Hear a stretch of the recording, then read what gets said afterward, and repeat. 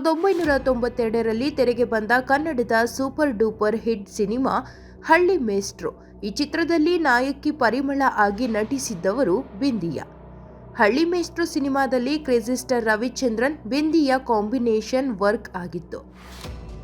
ತಮಿಳಿನ ಮುದಾನೈ ಮುಡಿಚ್ಚಿ ಚಿತ್ರದ ರೀಮೇಕ್ ಆಗಿದ್ದ ಹಳ್ಳಿ ಮೇಸ್ಟ್ರು ಸ್ಯಾಂಡಲ್ವುಡ್ನಲ್ಲಿ ಭರ್ಜರಿ ಕಲೆಕ್ಷನ್ ಸಹ ಮಾಡಿತ್ತು. ಕ್ರೇಜಿ ಸ್ಟಾರ್ ರವಿಚಂದ್ರನ್ ಎಂದೂ ವಿವಾದಗಳಿಗೆ ಸಿಲುಕಿದವರಲ್ಲ, ಕೋರ್ಟ್ ಕಚೇರಿ ಅಂತ ಅಲೆದವರು ಅಲ್ಲ.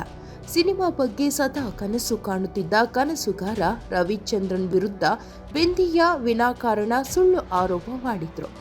ಇದರಿಂದ ಮನನೊಂದ ರವಿಚಂದ್ರನ್ ಸತ್ಯವನ್ನ ಬಹಿರಂಗಗೊಳಿಸುವ ಸಲುವಾಗಿ ನಟಿ ಬಿಂದಿಯಾ ಅವರನ್ನ ಕೋರ್ಟ್ಗೆ ಎಳೆದಿದ್ದರು.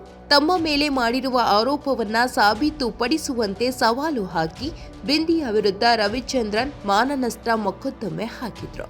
ಅದು ಕೇವಲ ₹1. ಕೇಸ್ ವಿಚಾರಣೆ ವೇಳೆ ನಾನು ಆ ತರಹದ ಹೇಳಿಕೆ ನೀಡಿಲ್ಲ, ಅದೆಲ್ಲ ಸುಳ್ಳು ಎಂದು ತಪ್ಪೊಪ್ಪಿಕೊಂಡ ನಟಿ ಬಿಂದಿಯಾ ಕ್ಷಮೆ ಕೇಳಿದ್ರು. ರವಿಚಂದ್ರನ್ ವಿರುದ್ಧ ಸುಳ್ಳು ಆರೋಪ ಮಾಡಿ ಬಿಂದಿಯಾ ಅಂದು ಕ್ಷಮೆ ಕೇಳಿದರು. ಇಂದು ಕಣ್ಣೀರಿಟ್ಟು ಕ್ಷಮೆಯಾಚಿಸಿದ್ದಾರೆ.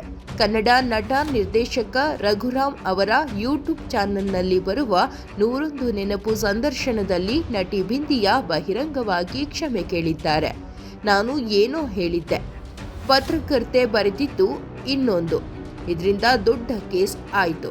ನಾನು ಹಾಗೆ ಹೇಳಿದ್ದೆ ಎಂಬ ಯಾವುದೇ ಸಾಕ್ಷಿಯೂ ಇರಲಿಲ್ಲ. ಮ್ಯಾಗಝಿನ್ನವರು ತಪ್ಪಾಗಿ ಬರೆದಿದ್ದರು. ನನ್ನ ಹೇಳಿಕೆಯನ್ನ ಮ್ಯಾಗಝಿನ್ನವರು ತಿರುಚಿದ್ರು.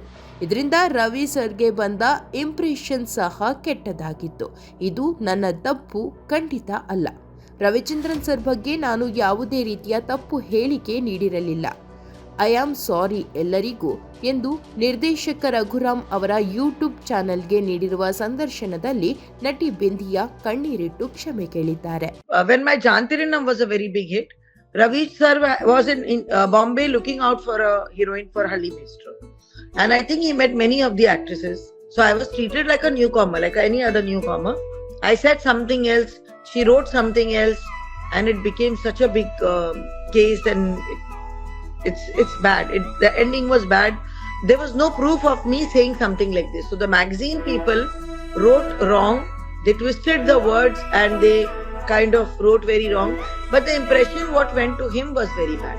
But I want the people to know it wasn't my mistake. I never said anything wrong about Ravi Chandran ji. I am sorry to everyone.